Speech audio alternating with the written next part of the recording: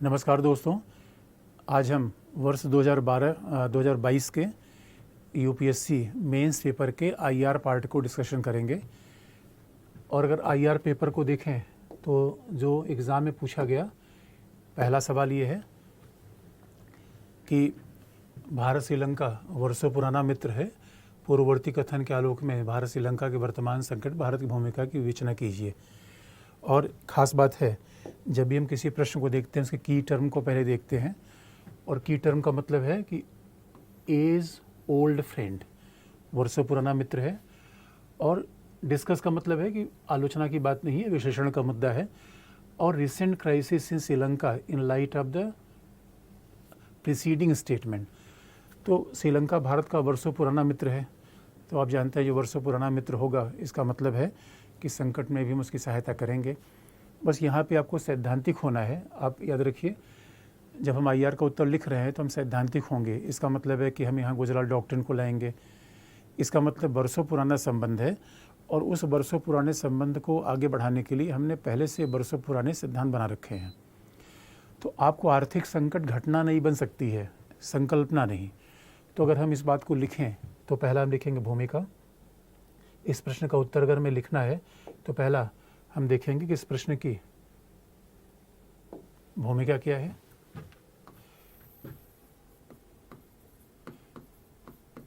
तो भूमिका, अब चूंकि भारत श्रीलंका संबंध है तो आप जानते हैं कि भूमिका लिखने में हम खास तौर पर ये बात ध्यान में रखेंगे। भूमिका का मतलब होता है जो संदर्भ है, जहाँ से हम शुरुआत कर रहे हैं, जहाँ से उसकी उत्पत्ति हुई है, वो भूमिका है। तो भूमिका का मतलब है कि प्रश्न है कि एज ओल्ड रिलेशन है, तो भूमिका कहाँ से आएगी कि विदेश नीति में कहावत है, मित्र का चयन किया जा सकता है, पड़ोसी का विकल्प नहीं होता। यहाँ से हम प्रश्न की शुरुआत करेंगे, पड़ोसी का विकल्प नहीं होता। इस बात को हम भूमिका लिख के शुरुआत कर दिया हमने। अब दूसरी बात है कि जो की टर्म है कि बरसों पुराना मित्र है, इसका मतलब क्या है? बरसों पुराना मित्र का मतलब एज ओल्ड फ्रेंड। तो बरसों पुराना मित्र का मतलब होता है कि भारत श्रीलंका के संबंध, याद रखिए, सिविलाइजेशनल है। बात ध्यान में रखने की है, सभ्यतागत है, सरकारों पर आधारित नहीं है। ये केवल व्यापार से संचालित नहीं हुए हैं, ये संबंध सभ्यतागत हैं, सिविलाइजेशनल है। और सभ्यतागत का मतलब है, जब हमने कहा संबंध सभ्यतागत है, यानी भारत श्रीलंका का संबंध उतना पुराना है जितना पुराना बौद्ध धर्म का साझा सांस्कृतिक इतिहास। और कहीं न कहीं स्वाभाविक रूप में माता सीता के उल्लेख में भी श्रीलंका का संबंध आता है। तो चाहे वहाँ रहने वाले सिंहली हों, तमिल हों, तो सिंहली तमिल सबके संबंध भारत के साथ हैं। इसे संबंध वर्षों पुराना है। लेकिन वर्षों पुराना केवल सांस्कृतिक संबंध नहीं है, बल्कि खास तौर पर सांस्कृतिक संबंध अगर है तो स्वाभाविक रूप में व्यापारिक संबंध भी है। हमारे व्यापारिक संबंध है, और 1998 में हमने श्रीलंका के साथ फ्री ट्रेड एग्रीमेंट किया। और भारत और श्रीलंका की सुरक्षा की चिंताएं भी साझी हैं, क्योंकि हिंद महासागर में भारत श्रीलंका की सुरक्षा चिंताएं साझी हैं। तो इस वजह से हमारे संबंध बरसों पुराने हैं।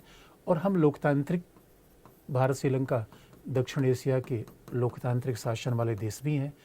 यहाँ ध्यान में रखने की बात यह है कि यहाँ पे आपको नकारात्मक चीज़ नहीं दिखानी है, क्योंकि प्रश्न ये है कि बरसों पुराने साझी संबंध है। लेकिन आपको बस ध्यान देना दे प्रश्न पर, प्रश्न पे यहाँ पे विस्तार करने की आवश्यकता नहीं है, बल्कि प्रश्न ये पूछ रहा है कि इस स्टेटमेंट के संदर्भ में वर्तमान संकट के समय भारत की भूमिका बताइए। यहाँ हमने बस एक पॉइंट लिख दिया है, इसको विस्तार नहीं करना है। हमें विस्तार करना है कि वर्तमान संकट में भारत की भूमिका, वर्तमान संकट को भी नहीं, भारत की भूमिका को। तो आप जानते हैं कि वर्तमान संकट श्रीलंका के सामने संकट क्या है। अब स्वाभाविक रूप में ये एक बड़ा आर्थिक संकट है। अब एक बड़ा आर्थिक संकट है, और वास्तविक तौर पर इस श्रीलंका के आर्थिक संकट ने, अब जो बात ध्यान में रखने की है कि आर्थिक संकट कैसे पैदा हुआ, यहाँ लिखने की आवश्यकता नहीं है। आर्थिक संकट का हमारे फॉरेन पॉलिसी पर क्या परिणाम होगा वो हमें देखने की आवश्यकता है। हम क्या करेंगे, इसलिए प्रश्न को ध्यान से पढ़िए और जो पूछा जाए वही लिखिए। तो अब आर्थिक संकट अगर उत्पन्न हुआ तो स्वाभाविक तौर पर श्रीलंका के समक्ष इस आर्थिक संकट ने राजनीतिक अस्थिरता उत्पन्न कर दी है, राजनीतिक अस्थिरता उत्पन्न कर दी है। इसलिए जब हम आईआर का उत्तर लिखते हैं तो एग्जामिनर कभी हमसे ये नहीं पूछेगा आर्थिक संकट कारण बताइए कि आप कृषि पर आ जाइए, अर्थव्यवस्था पर आ जाइए, वो हमारा इशू नहीं है। हर विषय के अपने अपने अप्रोच होते हैं। इस वजह से अब संकट ये श्रीलंका का है कि आर्थिक संकट राजनीतिक अस्थिरता उत्पन्न कर दिया और राजनीतिक अस्थिरता सुरक्षा की समस्या अपने आप प्रभावित हो जाती हैं।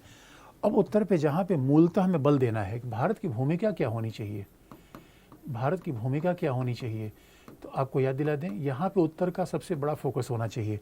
जो आपको बाकी चीज़ें तो थोड़ी थोड़ी चीज़ों में आप ख़त्म करिए। जो सबसे बड़ी भूमिका होनी चाहिए आप यहाँ शुरू करेंगे कि गुजराल डॉक्ट्रिन से। हकीकत की बात यह है कि ये बात 96 में गुजराल सिद्धांत के द्वारा ही कह दिया गया कि, और इसी बात को वर्तमान समय में पड़ोसी पहले की नीति को हम आगे बढ़ा रहे हैं। पड़ोसी पहले की नीति को गुजराल सिद्धांत के द्वारा आगे बढ़ा रहे हैं। इसमें पहले ही कहा गया है कि छोटे पड़ोसी देशों को एक तरफा छूट दीजिए। तो श्रीलंका छोटे पड़ोसी देश है, तो छोटे पड़ोसी देशों को एक तरफा छूट हमें देना है। और क्यों देना है? अगर एक तरफा छूट नहीं देंगे तो स्वाभाविक रूप में चीन का प्रभाव बढ़ेगा। एक तरफा छूट नहीं देंगे तो अपने आप में व्यापार प्रभावित होगा, सुरक्षा की समस्याएं चिंतित होंगी। इसलिए एक तरफा छूट देना है। तो जो आज हम श्रीलंका के साथ कर रहे हैं, भारत की भूमिका वही तो है। यानी ऐसा नहीं है, इसलिए कहा जाता है कि सैद्धांतिक चीज़ों को लिखिए। अब ये नहीं कि अब उसमें कितना कितना हमने गेहूं दिया, चावल दिया, उसकी मात्रा लिखने की आवश्यकता नहीं है। हाँ, और कुल मिला के आप ये लिखिए कि स्वाभाविक रूप में फिर भारत की भूमिका कैसी आई, इस एक तरफा छूट हम कैसे दे रहे हैं, भारत की भूमिका कैसी आई। तो लगभग $3 बिलियन की आर्थिक सहायता भारत ने दी। $3 बिलियन की आर्थिक सहायता भारत ने दी। और दूसरी बात, भारत ये बताना चाहता है कि चीन की डेट ट्रैप डिप्लोमेसी, चीन की जो आर्थिक कूटनीति है, जो उधार लेकर देश को डुबाने की नीति है, डेट ट्रैप डिप्लोमेसी है, वो अपने आप में छोटे देशों के लिए हानिकारक है। भारत की भूमिका क्या है? हेल्पिंग हैंड की है। भारत एक तरफा छूट कर रहा है, हेल्पिंग हैंड की भूमिका में भारत अपना योगदान कर रहा है। तो स्वाभाविक रूप में भारत की भूमिका क्या है कि श्रीलंका में स्थायित्व उत्पन्न करना, श्रीलंका में एक सहायता देना। भारत की भूमिका कैसी है? एल्डर ब्रदर की, बिग ब्रदर की नहीं। भारत की भूमिका एल्डर ब्रदर की है। इसलिए पड़ोसी देशों को एक तरफा छूट देना, और इसी संदर्भ में श्रीलंका के साथ हम ये काम कर रहे हैं। श्रीलंका के साथ हम काम कर रहे हैं क्योंकि आप जानते हैं कि हर देश के साथ हमारे अपने संबंध हैं, राष्ट्रीय हित है। इसलिए अब आप देखें, फॉरेन पॉलिसी के होने के नाते अगर हमने सारी इन्फॉर्मेशन लिखा, गुजराल सिद्धांत नहीं लिखा, पड़ोसी देश को एक तरफा छूट दी, तो मामला फिर गड़बड़ होगा। क्योंकि हर विषय का अपना अप्रोच होता है। अब बाद में आप निष्कर्ष लिख दीजिए, निष्कर्ष लिख दीजिए। और निष्कर्ष होगा कि महाशक्ति होने के कारण भारत की सकारात्मक भूमिका पड़ोसी में होनी चाहिए। क्योंकि महाशक्ति होने के नाते पड़ोसियों पर अपना प्रभाव बनाने के लिए सॉफ्ट पावर ज़्यादा जरूरी है। प्रभाव बनाने के लिए सॉफ्ट पावर का विकल्प ज़्यादा प्रभावशाली होता है। यही पूरा उत्तर है। ये हमें प्रश्न को इस तरीके से लिखना है। तो पहला प्रश्न हो गया कि भारत की भूमिका किस तरीके से श्रीलंका के प्रति होनी चाहिए। अब आप याद रखेंगे, बाकी तो फैक्ट हमारे पास बहुत सारे हैं। श्रीलंका बिमस्टेक का भी मेंबर है, सार्क का मेंबर है। लेकिन सवाल है कि प्रश्न जो पूछा गया है उस कॉन्टेक्स्ट में सारी बातें हम नहीं लिख पाएंगे। हाँ, अब इसमें एक आलोचना का पार्ट ये बनता है कि श्रीलंका ने अभी वहाँ पे अपना सिप बुला लिया चीन का, तो ये सब आलोचना वाला पार्ट है। और डिप्लोमेसी में से थोड़ी मोड़ी बातें चलती रहती हैं। तो आलोचना वाली बात पूछी नहीं गई है, विश्लेषण पूछा गया। इसका मतलब है कि हमारी भूमिका जो है वो क्यों ऐसी है। तो क्यों ऐसी है? क्योंकि भारत एक महाशक्ति है, श्रीलंका छोटा पड़ोसी देश है। तो कुल मिला के भारत श्रीलंका के संबंध सकारात्मक है, अच्छे हैं। जो विवाद हैं बड़े ही छोटे किस्म के हैं। दूसरी बात, अब दूसरा सवाल है, आपके विचार में बिमस्टेक सार्क की तरह एक समानांतर संगठन है, इन दोनों के बीच में समानता और असमानता यानी सिमिलरिटीज़ एंड डिसिमिलरिटी बिमस्टेक और सार्क में, तो और भारतीय विदेश नीति का कौन सा पर्पज प्राप्त हुआ है?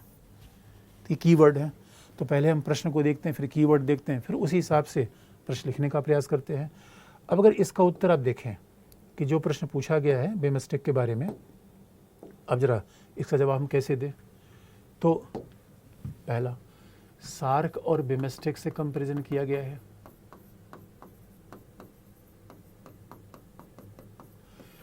तो भूमिका कैसे लिख देंगे? भूमिका लिख देंगे कि उदारीकरण के दौर में क्षेत्रीय सहयोग, आर्थिक सहयोग विदेश नीति का महत्वपूर्ण स्तंभ बन गया है। तो ये भूमिका शुरू कर देंगे, क्योंकि सवाल है कि भूमिका का मतलब फिर वही, कहाँ से संदर्भ हुआ, कहाँ से उत्पत्ति हुई कोई चीज़, कहाँ से संदर्भ निकल रहा है। तो आखिर में बिमस्टेक आया कहाँ से? उदारीकरण से। अब देखिए, अगर आपको याद हो कि 85 में बन गया, या सार्क बना 85 में, बिमस्टेक बना 97 में, तो ये तथ्य से उत्तर शुरुआत मत करिए, हमेशा कॉन्सेप्चुअल शुरुआत करिए, तथ्य को बीच में लाइए। तो उदारीकरण क्षेत्रीय सहयोग के कारण बिमस्टेक या सार्क का निर्माण हुआ, ये संक्षेप में भूमिका, और हमेशा संक्षेप में, क्योंकि आप याद रखिए भूमिका जैसे आप बढ़ाएंगे तो विषय वस्तु के साथ कंप्रोमाइज़ करना पड़ेगा।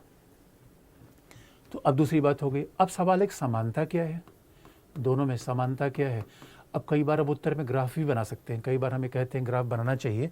ग्राफ कहाँ, ये अच्छा तरीका है कि सार्क के कितने मेंबर हैं, ग्राफ बना दिया, बिमस्टेक कितने मेंबर है, ग्राफ में लिख दिया, क्योंकि इस बात को लिखने से अच्छा ग्राफ बना दीजिए।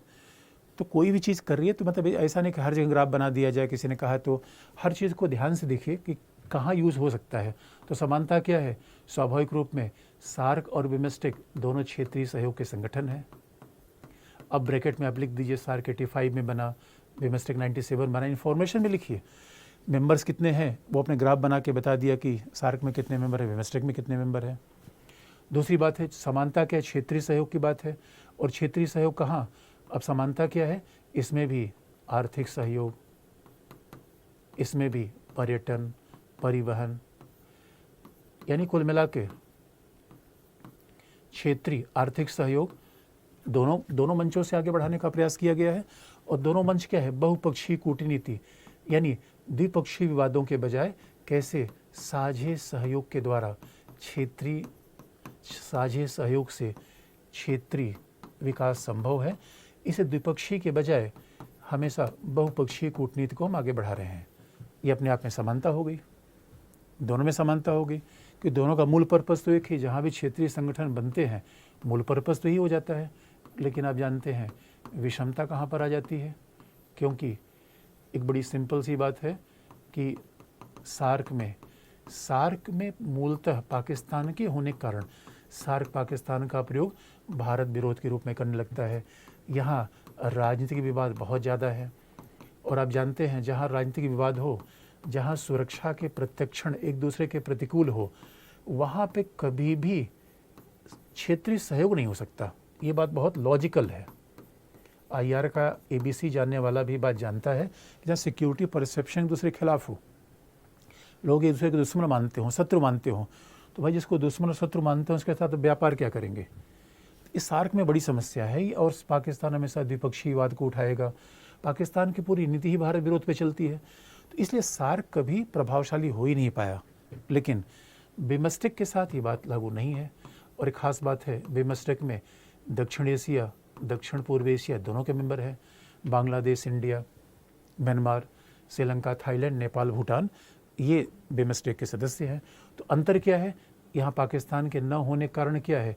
यहाँ पे सहयोग की प्रवृत्ति ज़्यादा है, सहयोग प्रभावकारी है। यहाँ आपसी विवाद यानी सीमा विवाद, भौगोलिक विवाद, आपसी विवाद यहाँ नहीं है। और स्वाभाविक रूप में यहाँ पे आप क्षेत्रीय पहचान की बात ज़्यादा प्रभावशाली तौर पे आई है। इसलिए ये हमेशा राजनीतिक विवादों के बजाय, चाहे पर्यटन है, परिवहन है, इस क्षेत्र में सहयोग करने को तैयार है। ये बड़ा बेसिक डिफरेंस हो गया। अब आप जानते हैं भारत इससे क्या उद्देश्य प्राप्त करेगा? इसका सीधा सा मतलब है कि अब उद्देश्य का मतलब बिमस्टेक से या सार्क से। तो फिर आपको प्रश्न फिर ध्यान से बता दें कि दोनों समानांतर संगठन है। How Indian foreign policy objective realize for forming these new organization. इसका मतलब है कि दोनों के निर्माण से भारत को क्या उद्देश्य होते हैं। तो ये बात तो हम जानते हैं, फॉरेन पॉलिसी में बिना कोई उद्देश्य से कोई काम चलता नहीं, और दोनों के अपने आप में पर्पज़ हैं।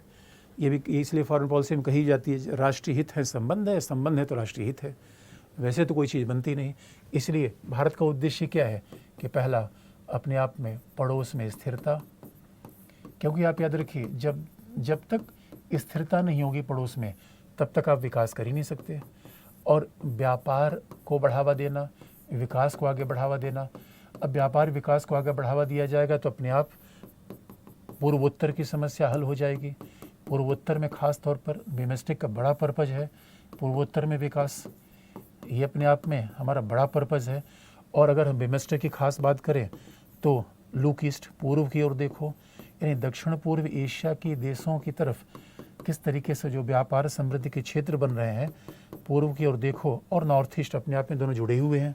तो ये बड़ा पर्पज़ हमारा है कि, और कहा भी जाता है कि सुरक्षा को आप सुरक्षा से नहीं हल कर सकते, जब तक आप व्यापार केंद्र में नहीं बनाएंगे सुरक्षा प्रभावकारी तरीके से नहीं उत्पन्न हो पाएगी। और इसीलिए पर्पज़ क्या है, कुल मिला के पर्पज़ क्या है कि चीन के बढ़ते प्रभाव को ही रोकना। अगर हम क्षेत्रीय संगठन नहीं बना पाएंगे तो चीन के बढ़ते प्रभाव को भी हम नहीं रोक पाएंगे। और जब आर्थिक विकास होगा, सुरक्षा की चुनौतियां अपने आप ही नियंत्रित हो जाएंगी। तो ये हमारा मूलतः पर्पज़ है कि पड़ोस में स्थिरता, विकास, पूर्वोत्तर। अब यहाँ पे फैक्ट भी, आप अगर आपको कुछ याद हो कि हमने कहा फैक्ट भी आप यूज़ कर सकते हैं। तो ये अपने आप में फॉरेन पॉलिसी के पर्पसेस हैं। फिर निष्कर्ष क्या लिखेंगे कि आप देखेंगे निष्कर्ष कैसे कि आज की विदेश नीति में, निष्कर्ष का मतलब ऊपर कही गई बातों का सारांश, कि आज के कोविड-19 के दौर में, कि निष्कर्ष में थोड़ी वर्तमान बातें भी जाती हैं। कोविड-19 के दौर में अर्थव्यवस्था को ठीक करना विदेश नीति की सबसे बड़ी प्राथमिकता है, और चीन के साथ संघर्ष पहले से जारी है। यूरोप उथल पुथल के दौर में है, इसीलिए एशिया, ईस्ट और वेस्ट, ये भारतीय विदेश नीति के बड़े आधार बन चुके हैं। ये निष्कर्ष है। अब आपको अगला सवाल आपको बता दें जो IR से संबंधित है। अब देखेंगे कि how will I2U2 grouping transform India's position global politics. अब देखिए सवाल सही माने न्यू क्वाड है, क्वाड कर लीजिए, उसी का नया नाम है I2U2। भाई न्यू क्वाड में इसको न्यू क्वाड भी कहा जाता है, तो न्यू क्वाड कहिए, I2U2 कहिए, अभिप्राय एक है। अब सवाल है कि grouping transfer India's position in the global politics, इसका मतलब है ये मामला केवल द्विपक्षीय ही तो नहीं है। अभी तक हमने भारत श्रीलंका देखा तो वो द्विपक्षीय था, बिमस्टेक देखा तो वो कहीं न कहीं बहुपक्षीय आ गया, लेकिन ये बिमस्टेक को सार्क से बढ़ा है, क्योंकि यहाँ अमेरिका भी है, इजराइल भी है, और अमेरिका इजराइल ताकतवर देश है, सऊदी अरेबिया आर्थिक समृद्धि का केंद्र है। तो यहाँ पे मामला थोड़ा बदल गया। इसलिए किस देश के साथ हम संबंध डील कर रहे हैं, इस बात का बहुत महत्व होता है। तो जरा अब देखें कि अगर I2U2 या न्यू क्वाड, नया चौकोण, इसका भूमिका कैसे हम देखेंगे, तो आपको हम याद दिला दें कि आज जो भारत की नीति है, यही फॉरेन पॉलिसी में बड़ा चेंज आया है। एक ज़माना था हम गुटनिरपेक्ष आंदोलन के नेता थे, और एक एशिया अफ्रीका के नेता के रूप में उभरते थे। आज आप याद रखिए भारत की पॉलिसी में बड़ा चेंज ये है भारत के स्टेटस में कि आज भारत एक महाशक्ति है। अब महाशक्ति होने के नाते भारत के हितों का प्रसार वैश्विक हो गया है। इस भूमिका से आप आगे बढ़ेंगे कि अमेरिका है, इजराइल है, तो भूमिका तुरंत यहाँ चेंज हो जाएगी, पड़ोसी के साथ भूमिका लगाएगी। तो आखिर में कैसे रहा है मामला, कैसे रहा है भाई, बड़े बड़े लोगों के साथ रहेंगे तो महाशक्ति हैं, तभी तो बड़े बड़े लोगों के साथ रहें। तो महाशक्ति होने के कारण भारत अपने हितों का वैश्विक प्रसार करना चाहता है। ये भूमिका, और हम एक ही बात है भूमिका संक्षेप में।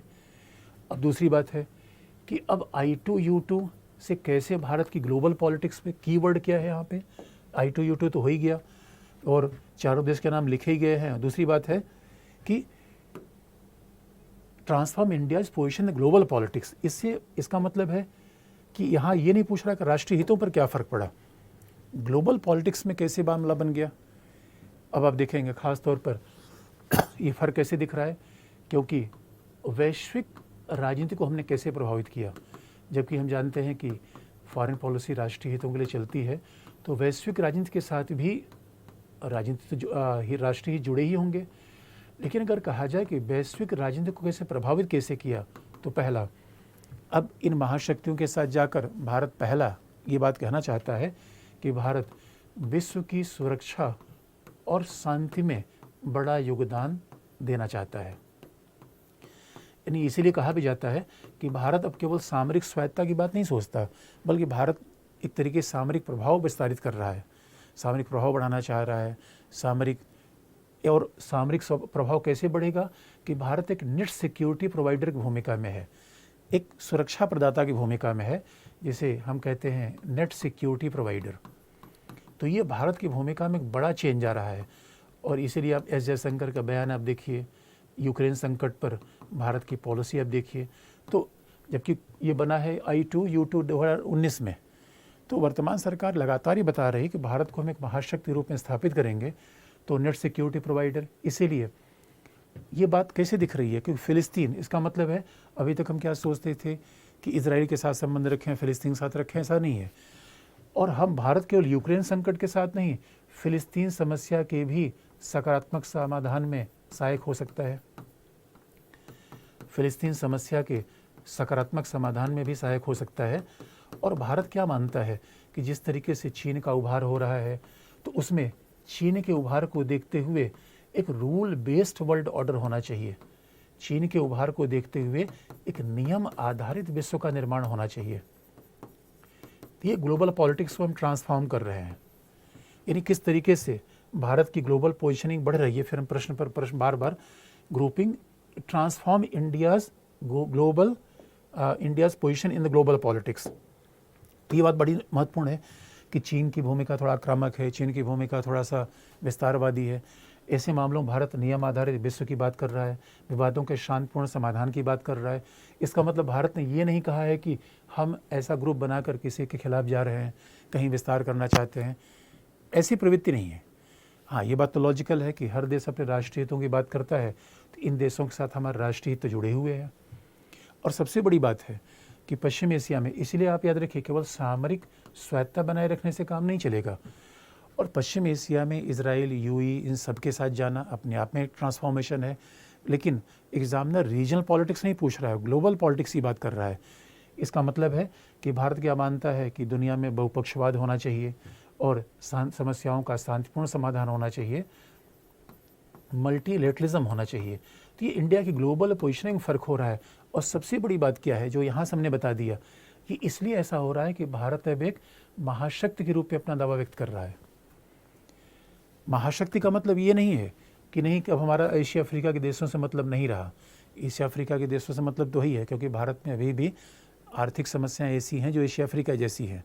लेकिन अब एक महाशक्ति है, तभी तो इन देशों के साथ हम ग्लोबल पॉलिटिक्स को चेंज कर रहे हैं। लेकिन अगली बात भी आप बता दीजिए, ये सच माने में ग्लोबल पोजीशनिंग में चेंज हो रहा है, लेकिन इसके लिए हम और भी दो चीज़ें समानांतर कर रहे हैं, क्योंकि फॉरेन पॉलिसी बिना राष्ट्रीय हितों के आगे बढ़ती नहीं। और राष्ट्रीय हितों को आगे बढ़ाने के लिए दुनिया भी शांतिपूर्ण चाहिए। इसे भारत कहना क्या है, भारत के राष्ट्रीय हित दुनिया के वैश्विक व्यवस्था से भी संबंधित हैं। क्योंकि अगर हम ये सोचें कि विश्व व्यवस्था ठीक नहीं रहेगी, तो फिर कल के लिए चीन से प्रॉब्लम हो सकती है, सीधे राष्ट्रीय हित हमारे प्रभावित होंगे। तो चीन का प्रत्युत्तर देने के लिए ऐसे वैश्विक मंचों पर भारत का होना जरूरी है। ऐसे वैश्विक मंचों का निर्माण भी हम करें। इस वजह से आप देखेंगे तो हमारे राष्ट्रीय हित क्या है, अमेरिका के साथ आर्थिक है, सुरक्षा है, इजराइल के साथ सुरक्षा के हित है, यूएई के साथ व्यापार के हित है। इसलिए तो कहा जाता है कि अब भारत राष्ट्रीय हितों को देखते हुए प्रैग्मेटिक नीति अपना रहा है और जिसे कहते हैं डाइवर्सिफाइड पॉलिसी अपना रहा है। क्योंकि अमेरिका के साथ हमारे अलग हित हैं, यूएई के साथ अलग हित हैं, इजराइल के साथ हमें सुरक्षा चाहिए, यूएई के साथ आतंकवाद व्यापार के मुद्दे पर सहयोग है, अमेरिका के साथ सुरक्षा, व्यापार, सामरिक सभी मुद्दों पर सहयोग बढ़ाया जा रहा है। इसलिए इस वजह से हमने I2U2 का निर्माण कर रखा है। तो निष्कर्ष आप लिख सकते हैं।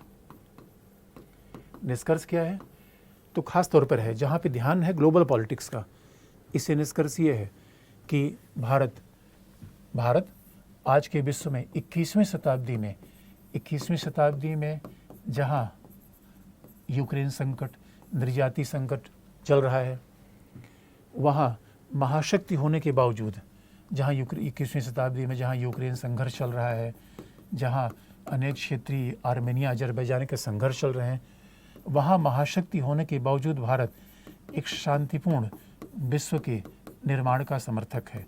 तो महाशक्ति हमारा होना किसी के खिलाफ नहीं है। जैसा कि आप देखेंगे चीन का है, चीन के महाशक्ति होने के कारण बाकी लोगों को प्रॉब्लम आ रही है, हमारी महाशक्ति होने के कारण ऐसी प्रॉब्लम नहीं है।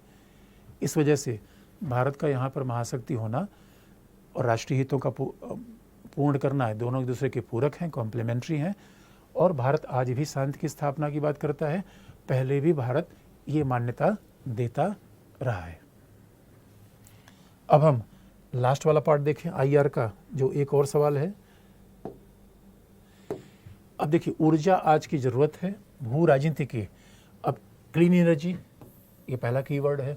फिर उसके बाद India changing to climate change in the international fora in the extent of geopolitics, ये दो अपने आप में कीवर्ड है। तो आप जानते हैं कि क्लीन एनर्जी पहली बात है कि ब्रीफली, और इंडिया की पॉलिसी क्या चेंज हो रही है, changing policy towards climate change in the context of Jio politics. तो आप जानते हैं, अब हम एक एक वर्ड को एक्सप्लेन करेंगे, 3 कीवर्ड हमारे पास आ रहे हैं। अब जरा दिस देखिए किस तरीके से। तो स्वच्छ ऊर्जा आज की ज़रूरत है, इसकी भूमिका कैसे हम देखें।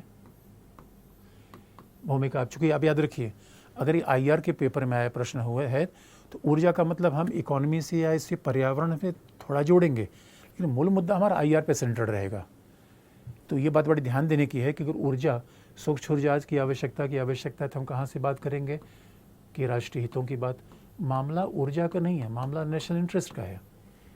तो आप याद रखिए, नेशनल इंटरेस्ट कैसे है कि भारत विश्व की 5वीं बड़ी अर्थव्यवस्था बन गई है, और इस 5वीं बड़ी अर्थव्यवस्था के साथ हमें पर्यावरण का संरक्षण भी करना है, इसलिए हरित ऊर्जा की आवश्यकता है, क्लीन एनर्जी की आवश्यकता है।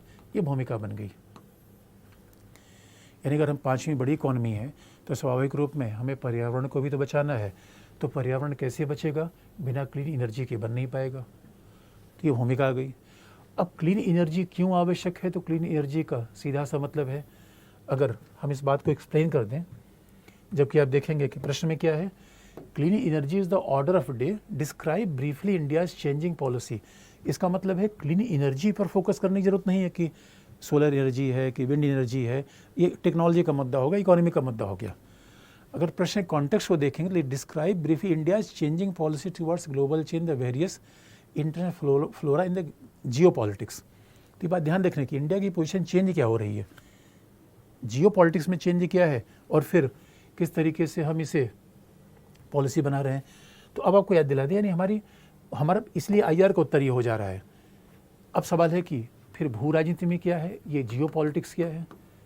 इसलिए ये उत्तर इकोनॉमी का नहीं है, बल्कि अगर जियो पॉलिटिक्स की बात देखें, इसमें जियो पॉलिटिक्स का मुद्दा क्या है। तो पहली बात, जियो पॉलिटिक्स का मुद्दा क्या है कि आप देखते हैं चीन का उभार, ये जियो पॉलिटिक्स का मुद्दा है।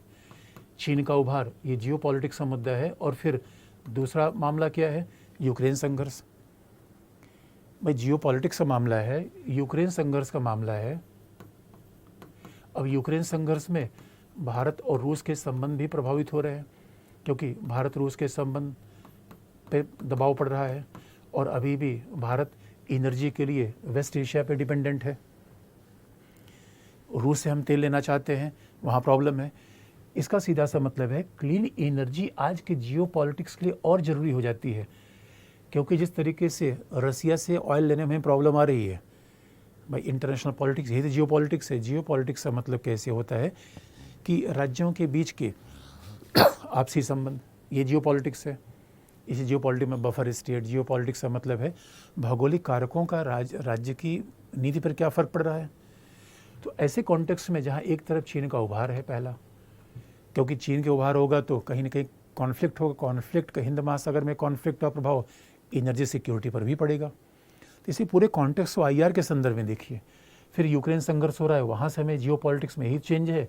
और फिर तीसरा, अभी बात जानते हैं कि जिस तरीके से दुनिया में अभी अस्थायित्व है, उस मामले में कहीं न कहीं हम ऊर्जा की आपूर्ति के लिए एक ही क्षेत्र पर निर्भर हैं। ये बात अपने आप में ठीक नहीं है। इस कॉन्टेक्स्ट में हमारी अब ऊर्जा की नीति क्या होनी चाहिए? यानी अभी तो हमारा पूर्ण निर्भरता वेस्ट एशिया के प्रति है।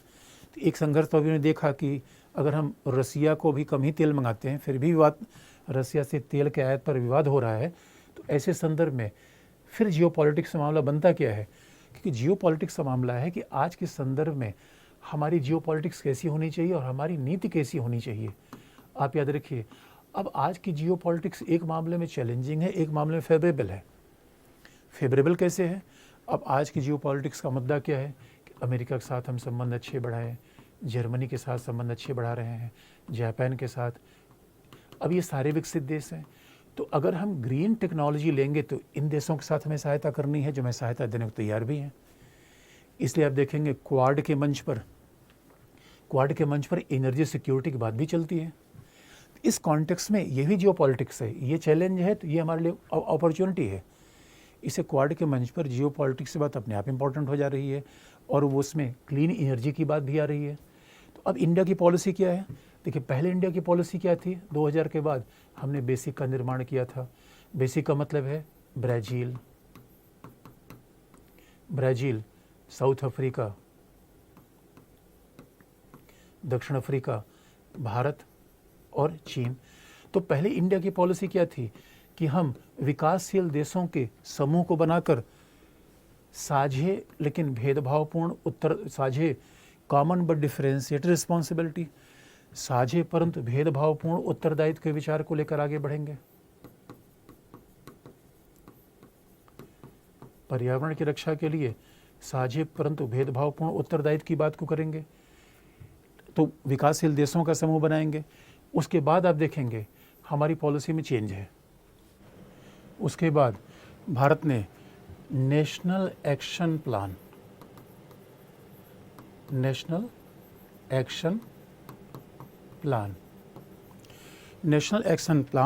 ऑन क्लाइमेट चेंज 2008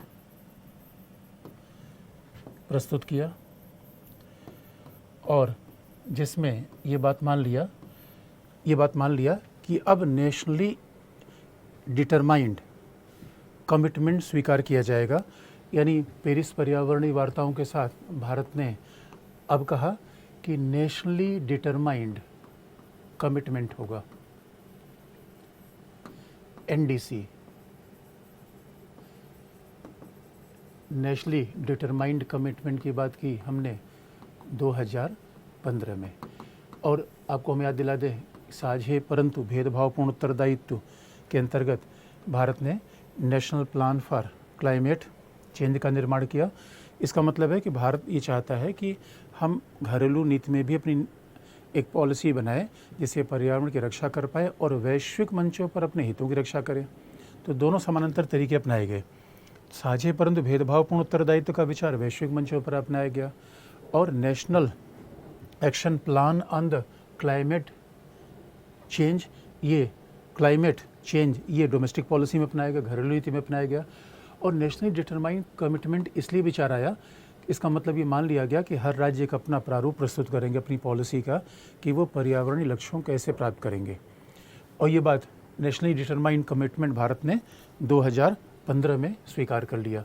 और ये भी ध्यान में रखने की बात है कि क्यों स्वीकार किया गया, क्यों हमें सतत विकास लक्ष्य की प्राप्ति करनी है, सस्टेनेबल डेवलपमेंट गोल को प्राप्त करना है, जो 2015 में ही संयुक्त राष्ट्र संघ के द्वारा अपनाया गया है। क्योंकि सस्टेनेबल डेवलपमेंट गोल का मतलब है कि दुनिया से गरीबी बीमारी तभी हट सकती है जब पर्यावरणीय समस्याओं को समानांतर चिंता दी जाए और समानांतर उनके महत्व को दिया जाए। और इसी नीति के अंतर्गत आपने देखा होगा कि भारत ने ये तय किया है कि वर्ष 2030 तक भारत के द्वारा रिन्यूएबल सोर्स ऑफ एनर्जी को बढ़ावा दिया जाएगा। और इस रिन्यूएबल सोर्स ऑफ एनर्जी के अंतर्गत 175 गीगावाट भारत अपने ऊर्जा generate renewable source of energy से करेगा। तो ये भारत की लॉन्ग टर्म डोमेस्टिक पॉलिसी है। किस तरीके से हम अपने यहाँ सतत विकास लक्ष्य को आगे बढ़ावा देंगे। 2030 तक 175 gigawatt renewable source of energy यानी सोलर एनर्जी जैसे यानी जो पुनर्नय ऊर्जा के स्रोत हैं उनका विकास किया जाए। और आपको फिर याद दिला दें, इसी क्रम में भारत ने भी ये भी स्वीकार कर लिया है कि 2070 तक हमने नेट जीरो इमिशन के विचार को स्वीकार कर लिया है। नेट जीरो उत्सर्जन के विचार को ही भारत ने स्वीकार किया है। इसका मतलब है कि अब एक तरफ भारत अगर एक महाशक्ति है तो महाशक्ति होने के नाते हमारे अंतर्राष्ट्रीय दायित्व भी अत्यधिक महत्वपूर्ण है। एक तरफ हमारे घरेलू हितों की रक्षा हो और दूसरी तरफ पूरे विश्व में एक हम उत्तरदायित्व का निर्वहन भी कर पाएँ। दोनों नीतियाँ साथ साथ चल रही हैं।